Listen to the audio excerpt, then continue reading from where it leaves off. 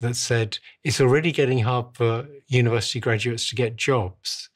And part of that may be that people are already using AI for the jobs they would have got. I think the joblessness is a fairly urgent short-term threat to human happiness. I think if you make lots and lots of people unemployed, they're not going to be happy. 안녕하십니까. 척추박사 닥터강입니다. AI가 요새 굉장히 많이 주목을 받고 있는데 저는 요새 AI를 이용해서 뭔가를 좀 하고 있는데 과연 AI가 의료 분야에서는 어떻게 영향을 줄지에 대해서 아는 한도 내에서 한번 이야기해 보도록 하겠습니다. AI가 의사보다 똑똑하냐?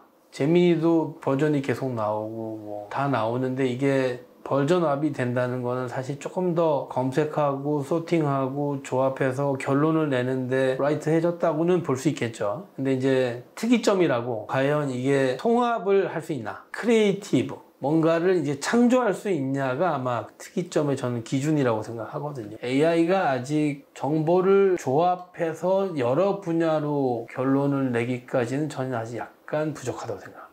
왜냐하면 AI한테 일을 시켜봤거든요. 일을 시켜보면 같은 질문인데도 리저트가 달라요. 어떤 AI 프로그램은 이걸 잘하고 다른 AI 프로그램도 이걸 잘하고 저번 버전에는 못했는데 이번 버전은 할 수 있고 윈도우를 쓰는 랩탑에서는 되는 기능이 있고 그 다음에 애플에서는 안 되고 애플에서는 되고 마이크로소프트는 안 되고 이런 것들이 좀 있더라고요. 제가 사용한 한도 내에서는 그렇고 예전에는 우리가 논문을 찾으려면 CD-롬에 논문에 이름이 쭉 걸려있는 CD가 있습니다. 굉장히 옛날 얘기인데 그 CD를 연도별로 따다다다 꽂아가지고 검색어를 딱 때리면 논문이 쭉 떠요. 그러면 그거를 다시 신청을 해서 도서관에서 받아서 논문을 읽어봐야지만 우리가 정보를 얻을 수가 있었어요. 물론 지금도 펌메드나 아니면은 뭐 구글 스칼라나 이런 데 두드려 보면 논문 중에서 정보가 공개된 논문도 있고 프리 아티클이라고 인용 가치가 없거나 중요도가 떨어지는 논문은 아예 떠 있거든요. 그러면 AI가 블록이 돼 있는 정보가 공개가 안 돼 있고 수준 높고 업데이트가 돼 있고 앞으로 쭉쭉 나가 있는 의학 논문까지 다 검색을 할 거냐? 물어보는 놈이 어떤 정보에 대해서 접근 방법이 있고 그 접근해서 가진 정보의 퀄리티가 어느 정도인가가 다시 대답을 결정하죠. 내가 논문을 찾아서 CD-롬을 돌려서 굉장히 오랜 시간에 걸쳐서 하다 보면 찾다 보면 지치거든. 그럼 귀찮아 대충 이 정도 뽑지. 가 되는데 AI는 쭉 두드리면 쉽게 쭉 뽑아주잖아요. 그런 건 있지만 과연 그거를 또 다 찾아서 읽어볼 건가? 고급 정보에 접근이 가능한가? 만약에 AI가 모든 게 만능이라면 CIA 서버까지 뚫고 들어야 될 거 아니에요. 그게 안 되잖아. 그러면 그 정보가 과연 어디까지가 릴라이어블 한가를 고민 안 해보고 얘가 가진 정보는 만능일 거야.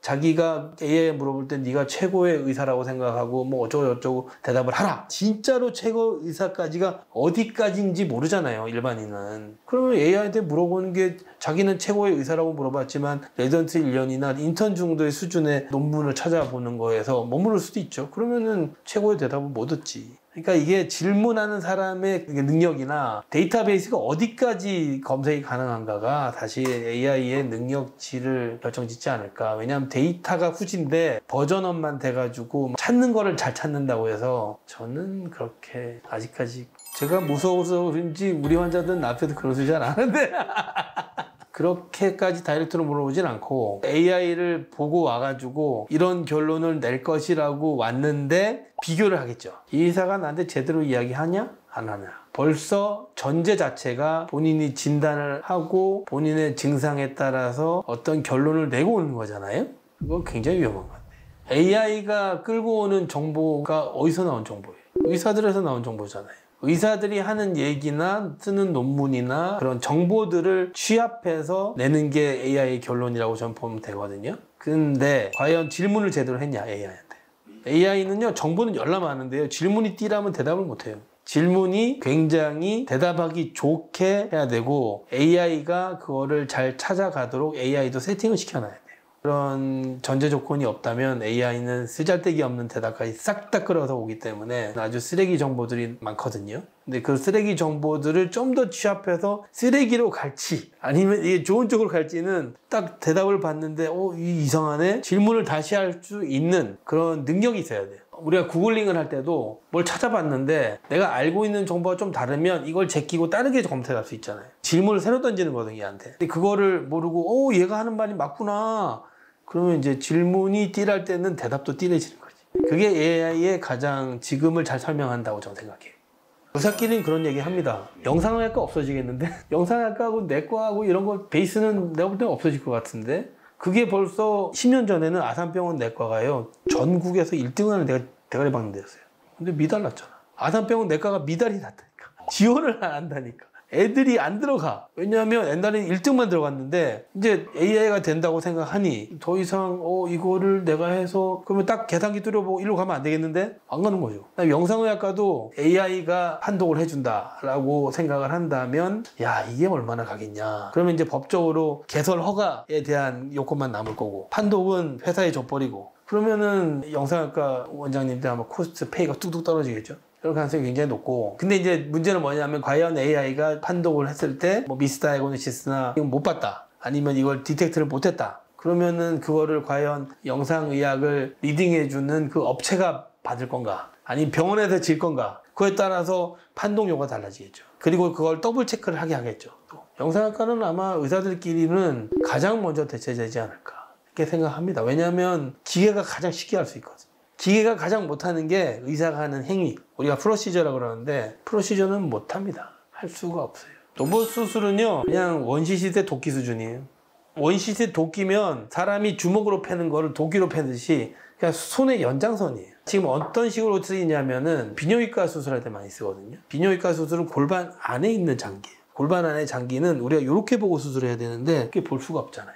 그러면 머리를 들이밀어야 되는데 머리가 닿으면 감염이 되잖아요. 로봇으로 이렇게 보면 제일 쉽거든. 그럼 이렇게 앉아서 이렇게 만지면은 기계는 이렇게 가거든요. 그러니까 수술을 할 수 있는 거죠. 그 다음에 정형외과에서 뭐 인공관절대 로봇을 한다고 그러는데 아는 의사들은 웃습니다. 그게 무슨 로봇 수술이야. 그러니까 로봇이 하는 일이 거의 없어요. 그러면 로봇 수술을 과연 병원들은 왜 하느냐? 첫 번째 마케팅. 우린 로봇 수술 한다. 두 번째 수가를 좀 더 주니까. 그것뿐이에요. 만약에 그런 이벤트는, 그런 마케팅적인 베니핏이나 수가적인 베니핏이나 인컴에 대한 베니핏이 없으면 로봇 수술은 안 할걸요. 의사들은 자기 손으로 하는 걸 더 정확하다 생각. 왜냐하면 로봇은 수술 세팅을 시켜놓으면 변동이 안 돼요. 중간에 수정이 안 돼. 그럼 하다 보면 변수란 게 생기거든요. 뼈를 깎다 보면 어떤 데는 약한데 어떤 데는 강해요. 그럼 로봇이 일정하게 힘으로 밀고 들어가느냐? 아니에요. 얘도 가다가 밀려요, 이렇게. 그럼 덜 깎였네, 수정해야 되는데 그럼 결국 사람 손 대야 되잖아요.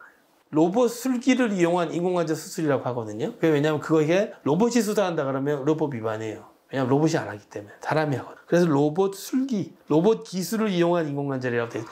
버스 지나간 건 잘 보세요. 로봇 기술을 이용한, 술기란 말은 없거든요. 그 말도 원래 쓰면 안 돼. 지금까지 본 AI에 준해서 제가 이야기를 했거든요. 저는 AI가 좀 똑똑한 어드바이서? 저는 그렇게 생각합니다. 얘가 뭘 다 해줄 거라고 생각하고 얘 정보를 다 믿으면 안 돼요. 얘가 뻘짓을 하고 이상한 정보를 내놓는 걸 감시하고 야, 이 똑바로 해 라고 할 수 있는 사람이 AI를 컨트롤할 수 있다고 생각하거든요. 그러면 그걸 보려면 지점까지 올라가려면 결국 일을 해보고 밑에도 정보도 다뤄보고 논문도 써보고 아니면은 현실에도 부딪혀도 보고 그렇게 커리어를 쌓은 사람만이 AI의 거짓말이나 잘못된 점을 판단할 수 있다고 저는 생각합니다.